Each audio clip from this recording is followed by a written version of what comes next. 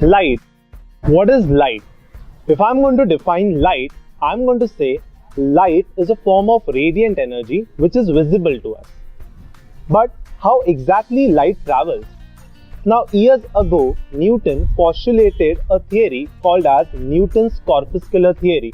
In that theory, he said that light travels in the form of tiny little particles, and he named these particles as corpuscles. But later on, a scientist again postulated a theory, and his name was Huygens. According to Huygens' wave theory of light, Huygens said that light doesn't travel in the form of particle, but light travels in the form of waves. And later on, he said light travels in the form of electromagnetic wave. What is electromagnetic wave? Electromagnetic wave is a wave which is formed by the combination of magnetic field and electric field. And magnetic field and electric field, they travel perpendicular to each other, means electromagnetic waves or light waves are transverse in nature, means wave travel perpendicular to each other in a space or in a medium.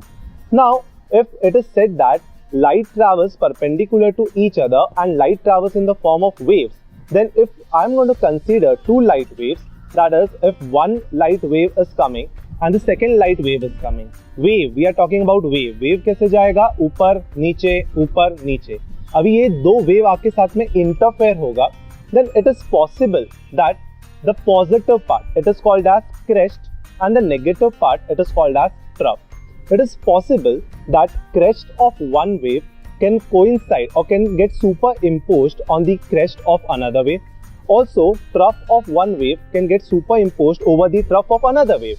Also, it is possible that crest of one wave will get superimposed over the trough of another wave, or else the trough of first wave will get superimposed over the crest of the second wave. Means there are four possibilities: crest, trough, crest, trough, crest. Okay. Now, on these four possibilities, we say we get two types of interference. One is a constructive interference, and second one is a destructive interference. Now, after that, a scientist named as Young, he performed an experiment, and the name of his experiment was Young's double slit experiment. In his experiment, he explained us how exactly constructive and destructive interference takes place. He concluded that constructive interference results into bright point and destructive interference results into dark point. Now, we are not going to perform Young's double slit experiment with the help of light, but we are going to understand Young's double slit experiment with the help of waves, that is our water wave. So let us begin with our experiment. Now what I am going to do is, with the help of these balls, I am going to produce waves in water. So as you can see, if I am going to tap these balls on water, waves will be produced. Now what are these waves? These waves are crest, trough, crest, trough. With the help of two balls, I am creating two waves. You can see at some point the waves are of minimum amplitude, and at some point they are of maximum amplitude.